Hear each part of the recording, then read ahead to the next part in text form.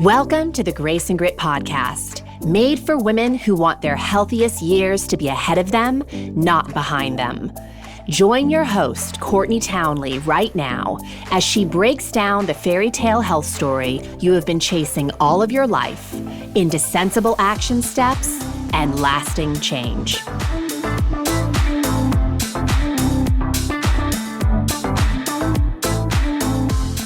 Hello, my friends, and welcome to the Grace and Grit podcast. This is your host, Courtney Townley. As always, I'm delighted that you're here.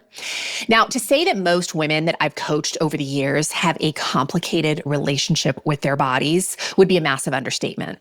In fact, it's a rarity that I work with a woman who has a really healthy relationship with her body.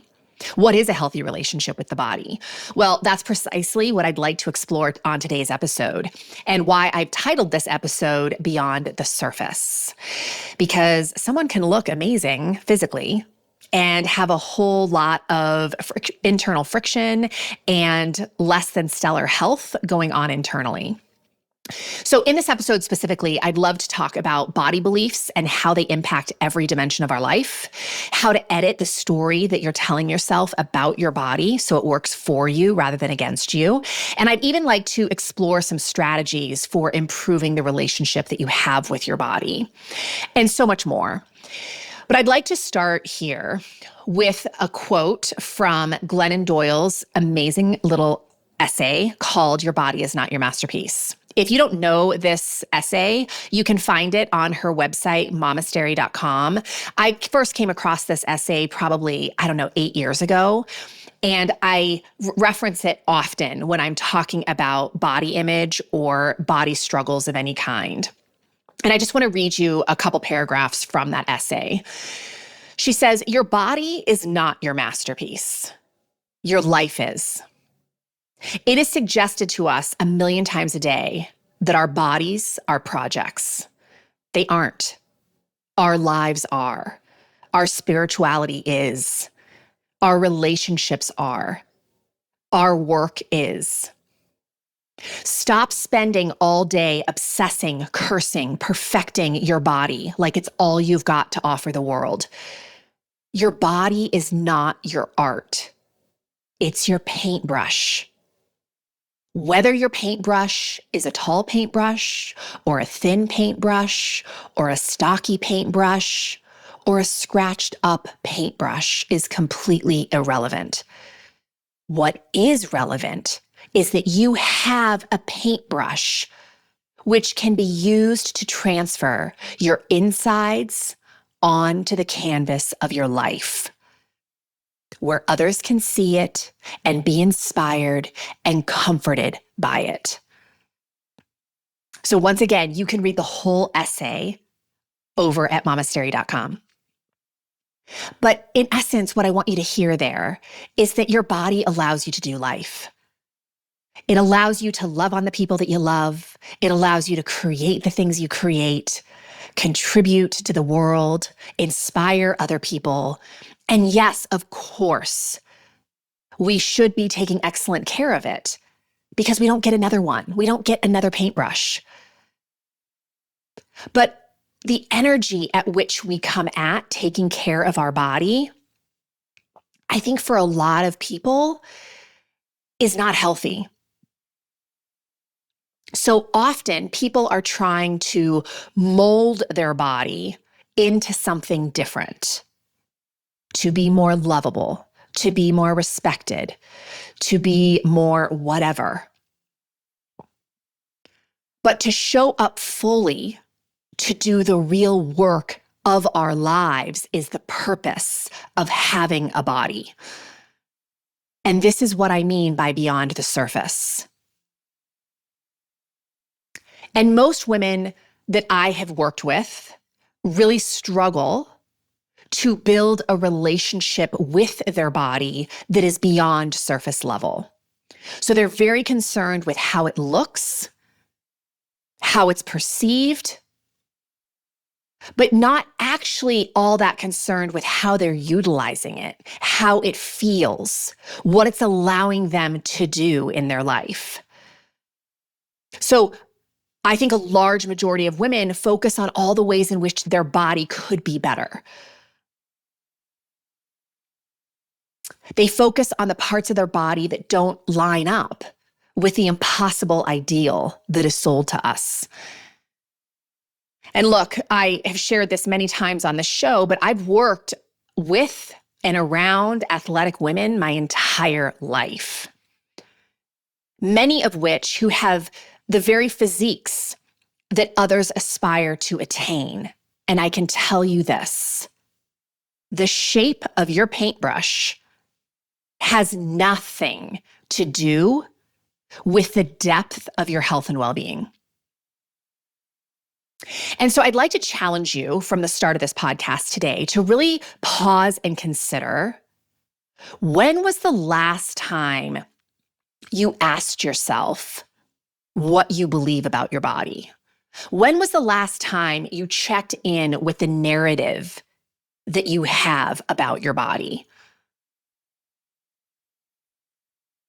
Maybe it's time. Because what you believe about your body has everything to do with how you will show up to take care of it. So if you want to improve your self-care, I'm going to propose that you don't need to start with diet and exercise. In fact, I would strongly suggest that if you really want to improve your self-care in a sustainable way, start by getting radically honest with the way that you talk to and about your body. Because it will have everything to do with how you show up around food and exercise. So I want to get into a few reasons why your thoughts about your body matter so much. So first and foremost, the narrative that you have about your body, I said this before, can influence every aspect of your life. So how you talk about your body will influence how you show up in relationships. It will influence how you show up in your career. Of course, it will influence how you show up in your own health journey.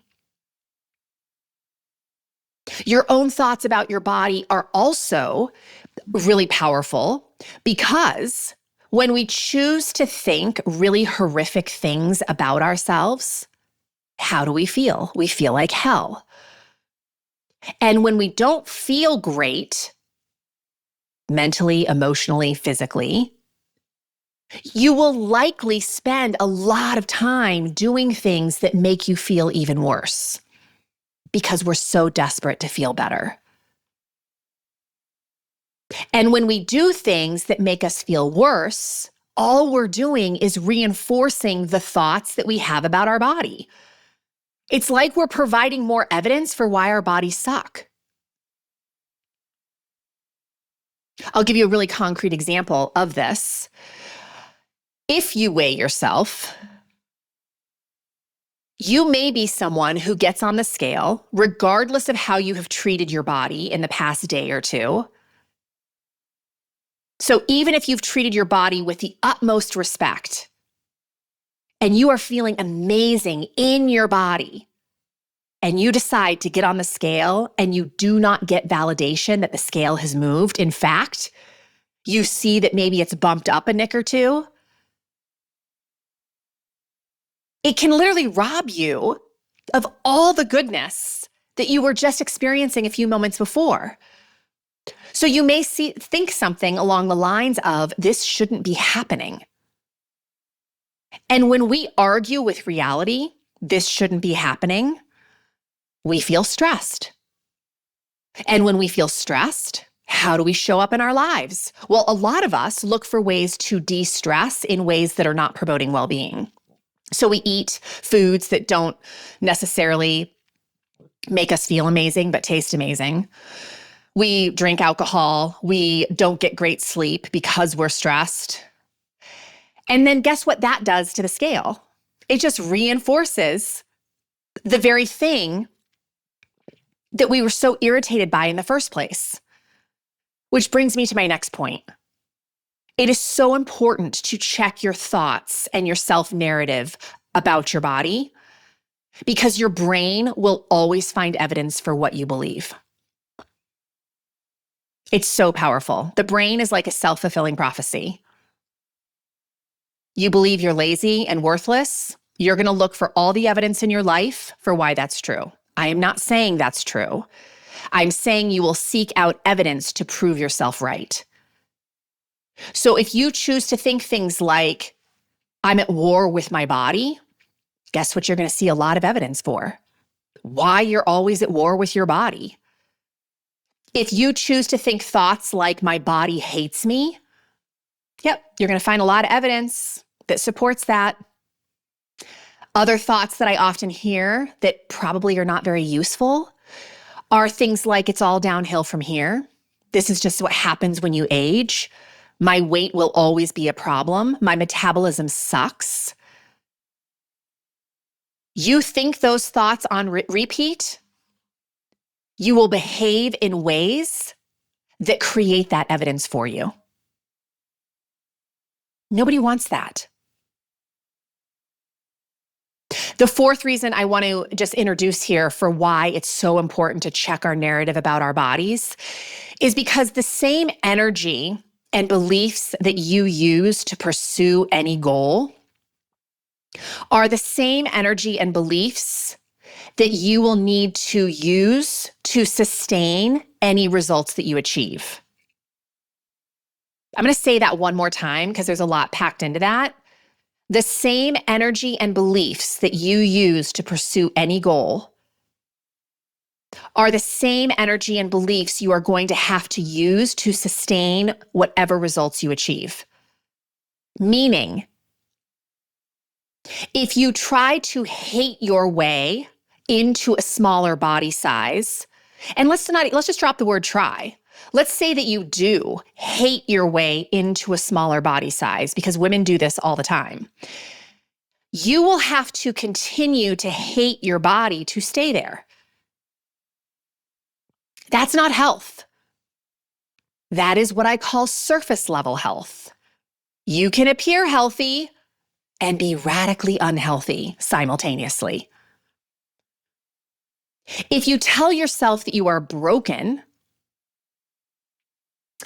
and that's what motivates you to do the work of changing your physiology in some way, you aren't going to stop believing that you're broken just because you create an outcome.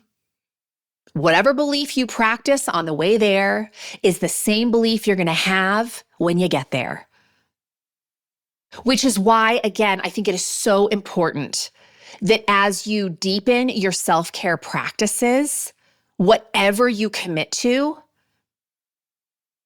I think it makes a whole lot of sense to first check in with narrative and make sure that you are creating change from a healthy place.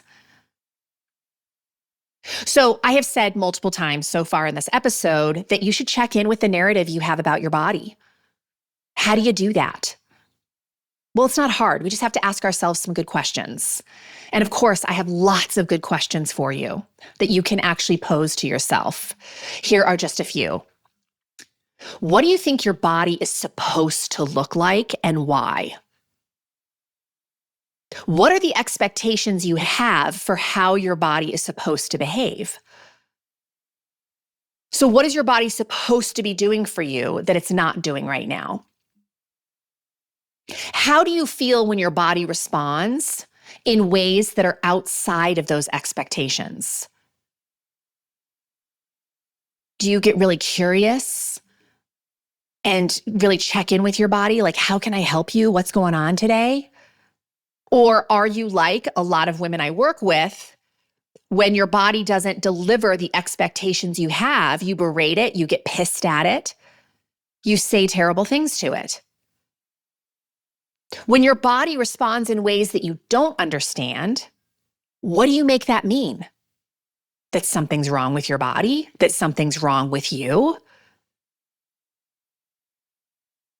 How does it feel to think the thought that my body is working for me and never against me. List 10 things your body is doing awesomely well right now in this moment. If you could change your body in some way or be happy, which would you choose and why? Obviously, this is not an either-or scenario. We can change our physiology and be happy, but I want you to answer the question, if you could only choose one, change your body or be happy, which would it be? What do you currently believe about your body?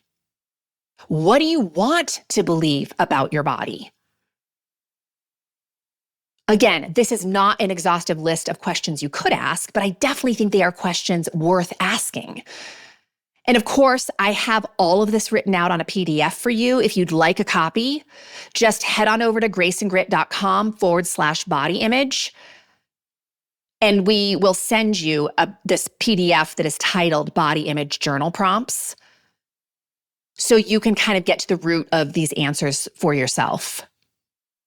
And I want to tell you this, that we often do exercises like this, and the whole purpose of them is to bring awareness to what's truly going on, because we can't change anything if we don't see it, if we don't acknowledge it. And awareness is not a feel-good exercise, because we will often answer these questions, and what we do is we expose a horrific script that we have about our body. And that is often painful to look at. So I want you to commit here and now that if you decide to do this work, I hope you do, that you will enter the exercise of answering these questions with curiosity as a companion and not judgment. We're not doing this exercise to promote more judgment.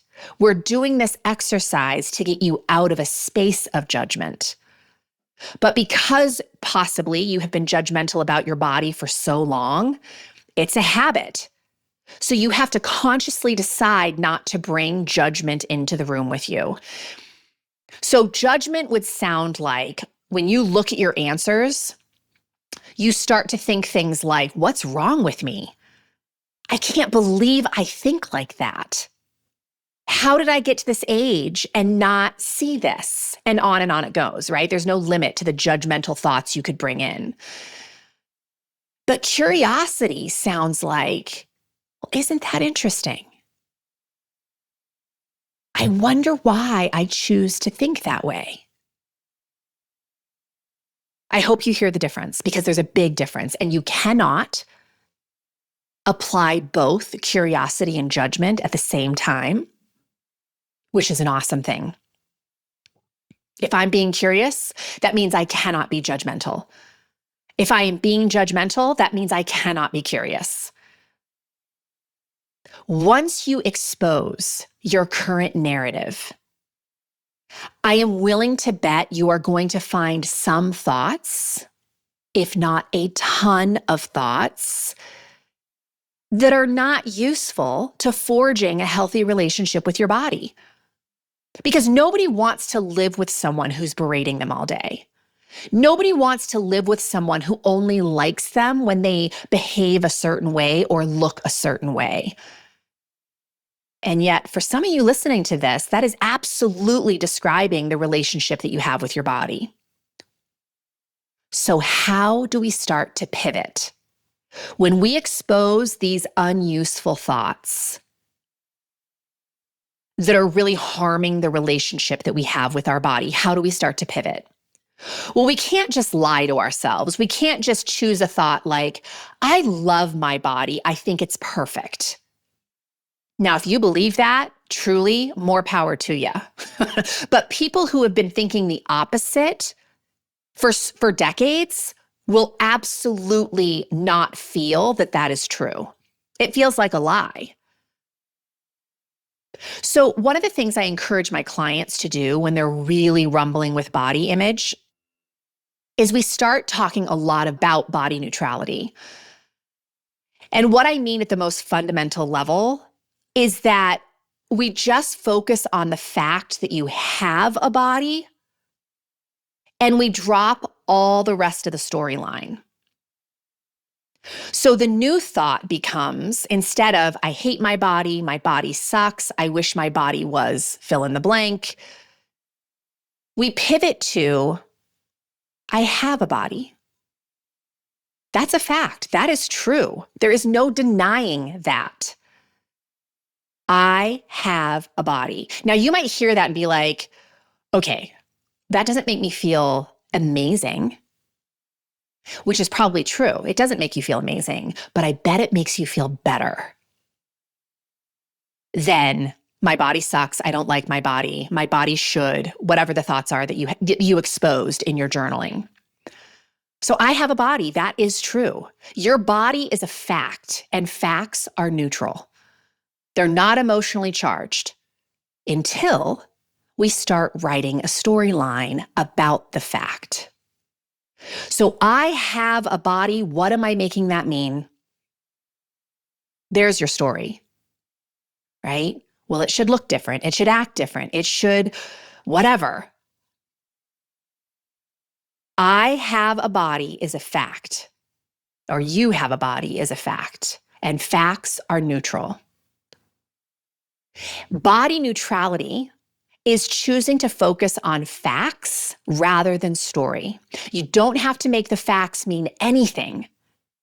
So right now I'm in my office. I can look out the window and I can see my husband's shop in our backyard. The fact is I have a shop in my backyard. If I'm not careful, I can look at that shop and think, that shop needs to be painted. The roof needs to be repaired. I hate looking at that shop. I wish there wasn't a shop in my backyard because I always have guys coming and going out of my yard. Right? Like I have this whole story about that shop. But what is neutral, what is a fact, is that there is a shop in my backyard, period. And when I choose not to dive into the story and just focus on the fact that there is a shop in my backyard, I feel better. I am taking responsibility for not creating a lot of unnecessary suffering. The truth is, your body is not what is causing you emotional pain. Notice I said emotional pain, which is different from physical pain. Your body is not what is creating emotional pain for you. Your thoughts about your body are creating emotional pain. Judgment about your body is creating emotional pain. This is a problem. I have a weight problem. There's something wrong with me. I'm not lovable like this. I wish I looked like her. I'm too big. I'm too fat. I'm in the wrong body. My body's betraying me. That's what's causing emotional pain. This is the cause. This dialogue that I just read off is the cause of immense suffering and pain. And when you feel immense suffering and pain, you're not going to feel inspired to take amazing care of yourself. So neutrality, I want you to hear this loud and clear, is often the easiest place to start with changing the relationship that you have with your body. When you find yourself in the next few days, and you will, spinning out about something that is something you don't like about your body or something you perceive as being wrong about your body, that is your opportunity to practice. I have a body, full stop. I do not need to have more thoughts than that. I have a body. Because only then can you pivot, right? When I'm willing to acknowledge what is true. And what is true is I have a body. The second thing I would recommend is, and this is so powerful, when you find yourself really deep in a space of judging your body, berating your body, I would challenge you to really drop into your body. Shift from thinking about your body to being in your body. So just think about this for a second. Like right now, if I was sitting across the table from you and asked the question, how do you feel about your body? What would you say? Again, listen to the question. How do you feel about your body? Maybe you would respond with something like, I don't like it. It's complicated. It's frustrating. It's what? How do you feel about your body? But now I want you to consider this question. How do you feel in your body? These are two very different questions. When I stop thinking about my body and really shift into the experience of being in my body, those are two totally different things. So your body is not causing your emotional pain ever. Your thoughts about your body are. So when you find yourself caught in a moment of body shame or judgment, or in the space of wanting to improve the relationship that you have with it, it is a really powerful practice to stop thinking about it and start experiencing it. So the practice of experiencing your body is literally intentionally shifting from thinking about it to just being in it. And this is a big challenge for people who've been thinking about their body most of their life and not practicing being in it. You can't do both at the same time. Kind of like judgment and curiosity, you can't think about your body and be in your body at the same time. Because think about it. If I am having the experience of really being in my body, I'm feeling my feet on the ground. I'm feeling the length of my spine. I'm feeling my shoulders pull back a little bit. The second I start thinking about any of it, I'm robbing myself of the experience of being in it. So right now, like if you are someone who experiences pain, rather than telling me about your pain, rather than even telling me that you have pain, what is the experience of pain? Notice what it feels like. How does it move through your body? If you had to describe it as a temperature or a texture or a color, like what is the experience of the pain rather than thinking about the pain?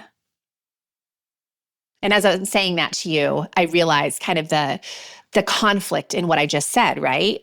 Because if I'm starting to think about a texture and a color and all the things, I'm starting to think about the pain. So let's just remove that piece for a second.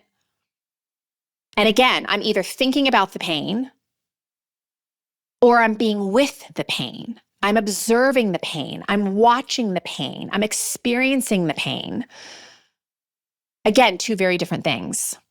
So rather than judging yourself by saying you have thick thighs or a fat belly or big hips or broad shoulders, shift your focus to the area that you often judge and just be with it. Be with your thighs. Drop into your belly. Experience your hips. Experience your shoulders. It's kind of like, a lot of people don't listen to what other people have to say in a conversation. They're just waiting to talk. They're just thinking about what they're going to say in response to the person. They're not really listening. And the same is true with our bodies. We're not listening. It's like we're talking over them all the time. People aren't in their bodies, they're in their heads. And the head, of course, can be a source of a whole lot of unnecessary suffering. So being in your body is not positive or negative. It's just an experience. That's it. Be with the experience. There's the thought, and then there's the experience. I hate my thighs. Neutrality goes to I have thighs. And being in your thighs is something else. There's no judgment when you have an experience because judgment is a thought.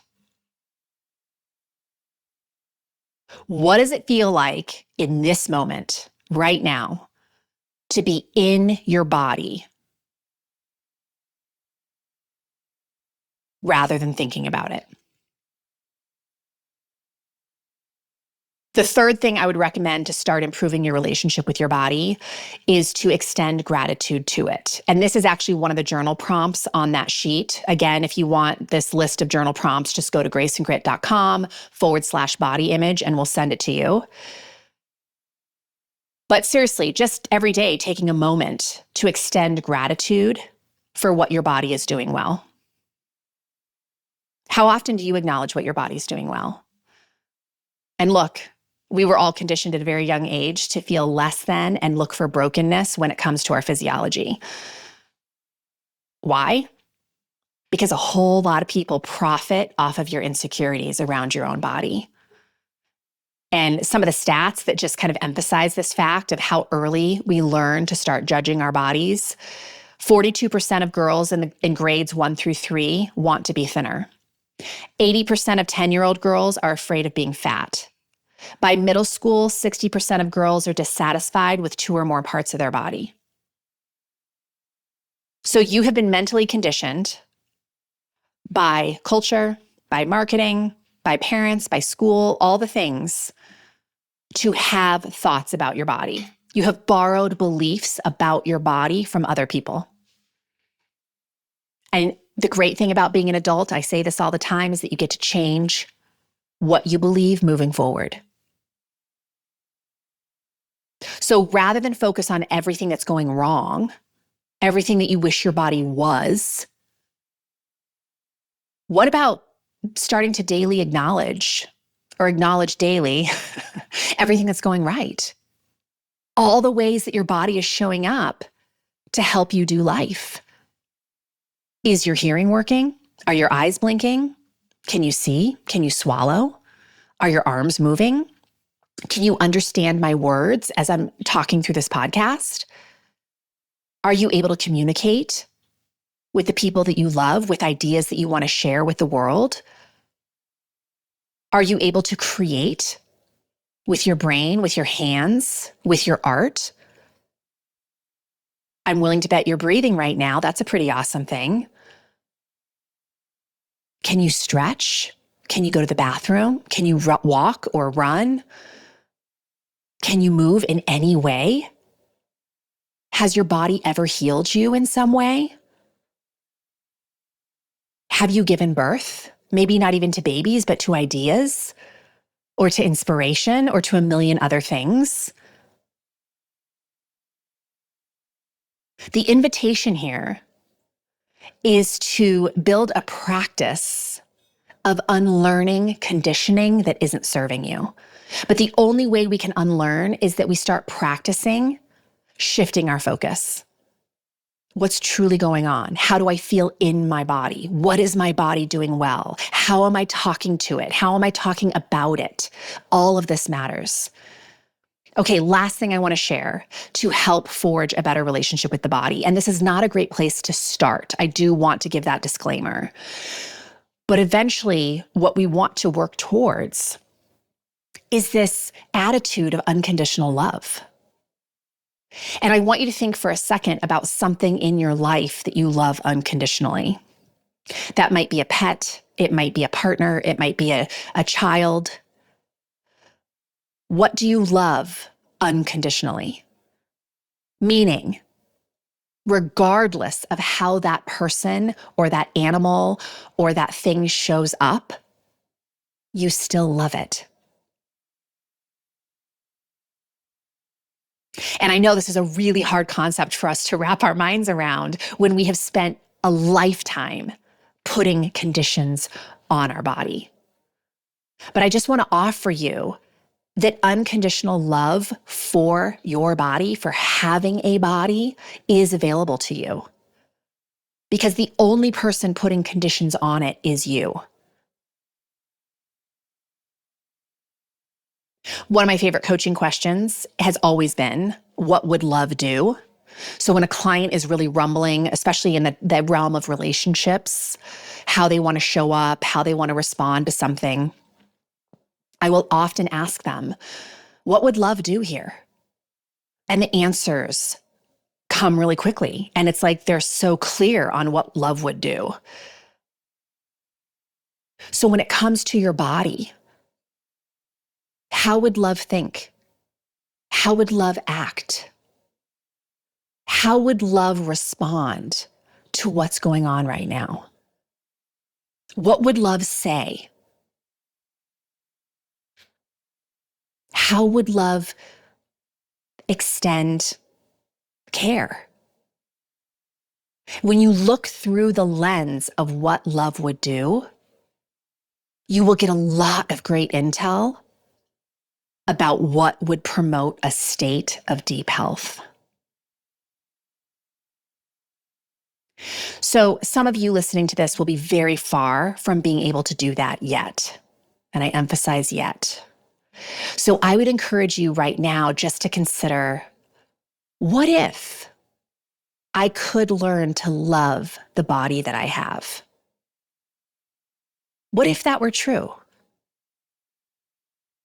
How would you show up differently to care for your body if you deeply cared about it and deeply loved it? Now, a lot of women, when I ask that question, they will say to me, well, Courtney, if I got to a place where I loved my body now,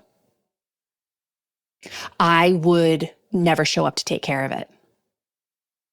And that is absolutely not true. Love does not ignore. Love does not neglect. Love does not abuse. Love attends to. Love pays attention. Love shows up to do work, even on the days that it doesn't want to. So it's easy to go down that pathway that if I like myself now, if I love and appreciate my body now, I'll have no motivation to do the work. Because let's be honest, for a lot of people, there of course is work in terms of amplifying their self-care. I'm not denying that. What I am saying is the energy that you come at it with matters a lot. And I just am so reminded every day of how thick this mentality is in our culture, that if you want to start improving self-care, you should eat better, you should exercise, you should, get X number of hours of sleep per night, right? Whatever the regulation or the suggestion is. And again, I want to offer you that I strongly feel the best place to start is with narrative. Improve the relationship that you currently have with your body, and I guarantee you will start taking care of it on a higher level. Because we take excellent care of the things we truly care about.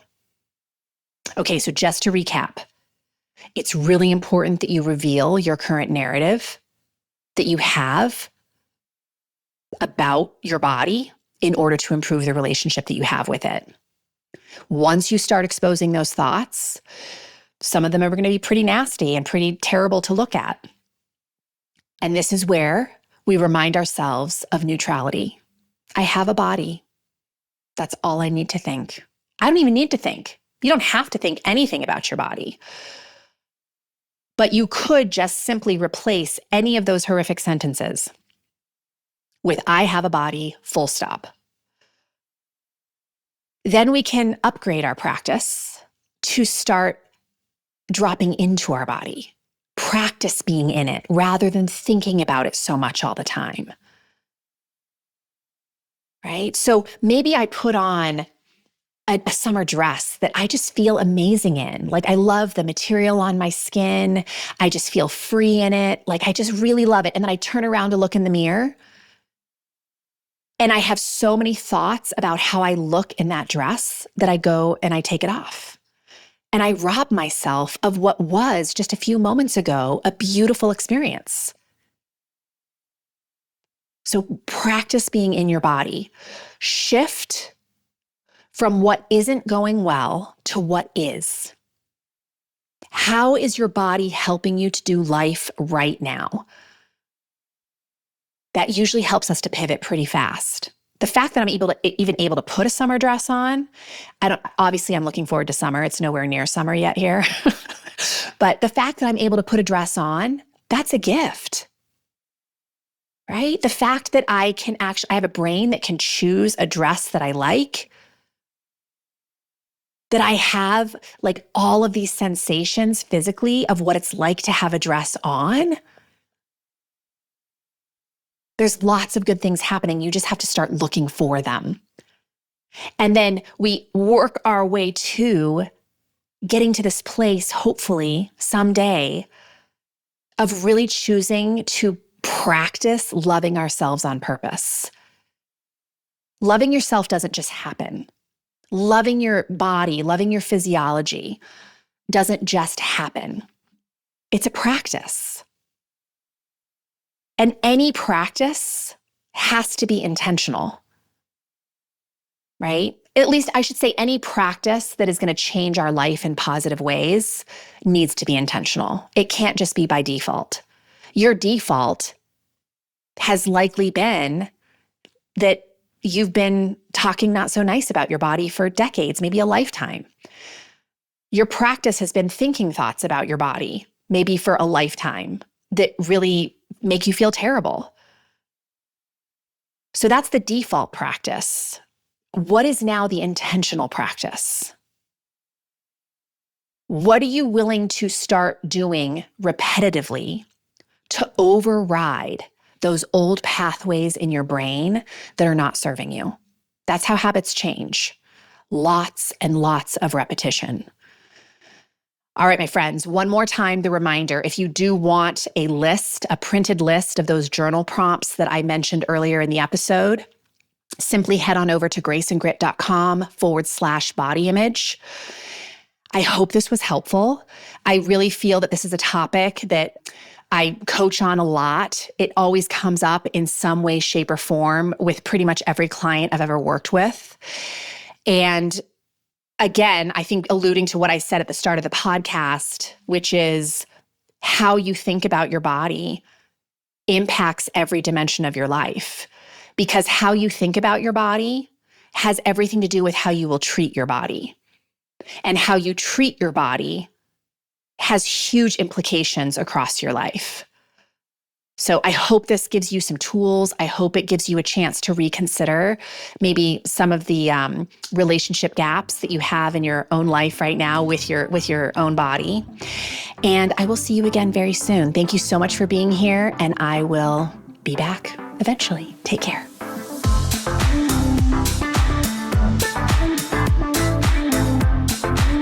Thank you for listening to the Grace and Grit podcast. It is time to mend the fabric of the female health story, and it starts with you taking radical responsibility for your own self-care. You are worth the effort, and with a little grace and grit, anything is possible.